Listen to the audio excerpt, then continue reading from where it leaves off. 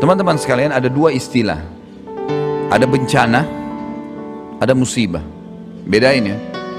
Kalau bencana itu sesuatu yang menimpa umum, merata, seperti tsunami, seperti banjir, gempa, banyak orang yang kena bencana. Kalau bencana sebabnya dosa, nggak ada yang lain. Jadi kalau merata maksiat, maka akan datang bencana umum itu. Kalau musibah, sifatnya datang kepada individual, dan ini pasti datang kepada semua orang, beriman atau orang kafir. Beriman atau orang kafir. Kalau orang beriman, tujuan daripada musibah, kayak kita sakit, bangun tidur tiba-tiba sakit, ya. Jalan tiba-tiba keseleo, ya. Atau kita mulai usaha ternyata tidak berhasil. Musibah yang datang secara individu. Maka ini kalau orang beriman, tujuannya untuk membersihkan dosanya, meninggikan derajatnya, dan mengikat dia dalam ketaatan kepada Allah. Saya kasih contoh. Kalau orang beriman, teman-teman sekalian, kata ulama dirincikan, misal Allah yang maha pemurah ingin agar orang ini mendapatkan derajat tinggi di surga. Ada derajat kita nggak bisa jangkau kecuali dengan 100 tahun ibadah, 100 tahun puasa, 100 tahun sholat malam, 100 tahun bakti dengan orang tua, 100 tahun mungkin berjihad. Tapi Allah dengan kemahamurahnya tahu kalau hamba ini orangnya baik nih. Allah mau kita sampai derajat itu. Umur kita cuma 70 tahun, padahal harus ibadah 100 tahun. Dari 70 tahun mungkin ada waktu lalai, ada waktu masa sebelum balik, ada waktu untuk tidur, segala macam. Anggap dari 70 tahun itu cuma 30 tahun kita ibadah. Tapi Allah dengan kemahamurahnya ingin kita sampai derajat itu. Gimana caranya? Allah datangkan penyakit untuk dia 10 tahun. Kena penyakit gula, kena stroke, kena penyakit apa gitu. Coba, berapa kali buka usaha gagal, istrinya hamil, keguguran berapa kali. Ada cobaan-cobaan datang. Kalau dia faham cobaan itu semuanya untuk meninggikan derajat dia nanti di surga, maka semua akan diterima. Ini sesuai dengan sabda Nabi SAW, orang akan diuji berat ringannya sebuah musibah dari kadar imannya. Dan kata Nabi SAW, aku orang yang paling berat musibahnya. Dalam riwayat Bukhari yang lain dikatakan, kalau aku ditimpa penyakit, maka akan double dari apa yang kalian rasakan. Sampai Abdullah bin Mas'ud radhiyallahu anhu pernah memegang tangan Nabi SAW waktu beliau sedang demam. Abdullah bin Mas'ud mengatakan, aku langsung melepaskan tanganku dari tangan Nabi SAW karena panasnya luar biasa, tidak normal. Jadi kalau manusia 40 derajat, mungkin Nabi SAW 80 derajat panasnya, double. Padahal Nabi SAW utusan Allah. Untuk apa Nabi SAW dicoba, teman-teman sekalian? Peninggian derajat. Peninggian derajat. Karena di surga pun ada persaingan para nabi-nabi. Ingat hadis Bukhari yang berbunyi, kalau kalian dengarkan muadzin ucapkan seperti apa ya diucapkan oleh muadzin, lalu bacalah salawat untukku, karena siapa yang membaca salawat untukku maka dia akan mendapatkan akan diberikan salam oleh Allah, karunia, rahmat dari Allah 10 kali. Dan mintalah al-wasilah untukku, karena dia adalah tempat tertinggi di surga, istana paling laks di surga namanya al-wasilah, yang tidak berhak kecuali untuk satu orang hamba Allah. Persaingan antara nabi-nabi dan rasul. Antum sama anak nggak bisa masuk di situ.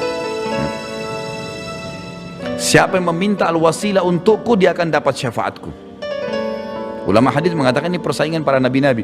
Jadi masih ada yang dikejar tuh, ya. Cobaan datang.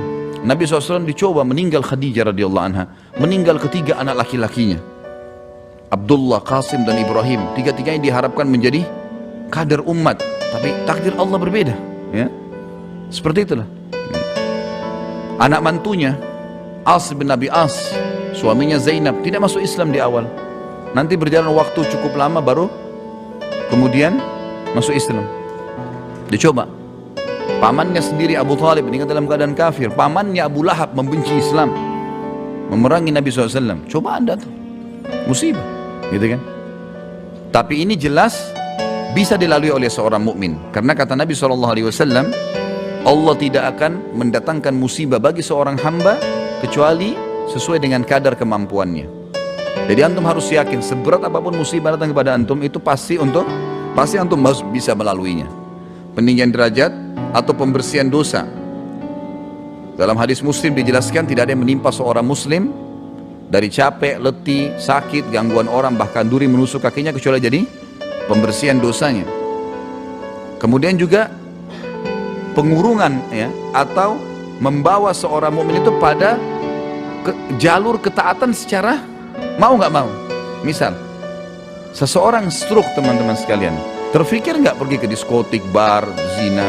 Hah? Atau antum lagi terlilit utang, sumpek ya, terpikir nggak untuk buat dosa kira-kira? Dosa itu datang, teman-teman, pada saat orang lagi berlihai-lihai, banyak waktu lowong ya. Makanya ulama mengatakan untuk menjauhi dosa itu caranya sederhana, sibukkan diri dengan ibadah sudah. Nanti dosa itu akan tertinggal dengan sendiri, karena dosa itu datang dengan kelalaian. Kalau orang lagi padat jadwalnya, sibuk, kita lagi lembur, punya kerjaan, teman kita ngajak kemana, waduh saya lagi ada kerjaan nih, gak bisa, karena padatnya kegiatannya. Nah, musibah bagi orang mukmin itu untuk memaksa dia, tanda kutip, di rel ketaatan. Kita nggak ada waktu untuk buat dosa. Bisa ditangkap ini? Nggak ada suara, senyap. Entah antum ini faham, tangkap atau kemana. Mengkhayal boleh, tapi di pelajaran kita ya, jangan kemana-mana.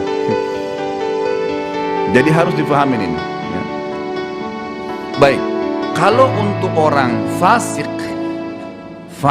atau orang kafir, musibah itu, fasik ini siapa? Muslim tapi masih banyak dosanya. Muslim sholat tapi masih zina, masih riba, mencampur baur amal soleh dengan kemaksiatan, ini namanya orang fasik. Atau orang kafir, musibah yang datang kepada mereka. Kalau orang fasik, untuk membersihkan dosanya, dibantu oleh Allah untuk itu, membersihkan dosanya, atau justru untuk ya memberikan kepada dia peringatan. Umumnya orang, subhanallah, kalau buat maksiat lalu Allah turunkan cobaan, umumnya itu hatinya cenderung untuk bertobat kepada Allah. Orang kalau umum ya, jadi mungkin ada 1-2 orang lah yang kita anggap keluar dari rel ini, yang mungkin kalau lagi musibah kemudian dia malah larikan kepada dosa-dosa gitu. Orang umumnya duduk merenung, kalau dia ikutin kecenderungan hatinya, dia akan lari ke ibadah tuh. Biasanya nanti lari ke masjid, konsultasi kepada ustadz, mulai kembali ke jalan Allah. Orang fasik. Kalau orang kafir, murni untuk memberikan peringatan kepada dia. Ini pembagian antara bencana dan musibah ya. Kalau datang umum, berarti itu karena dosa yang merata, sebagaimana sabda Nabi SAW dalam hadis Bukhari, tidak ada dosa yang merata di satu kaum kecuali Allah juga meratakan hukumannya. Di dalam hadis yang lain juga, kalau ada orang yang berbuat dosa dan dibiarkan, tidak dipungkiri, maka Allah akan datangkan cobaannya, dan nanti semua kena, walaupun orang yang ada di situ yang baik pun kena.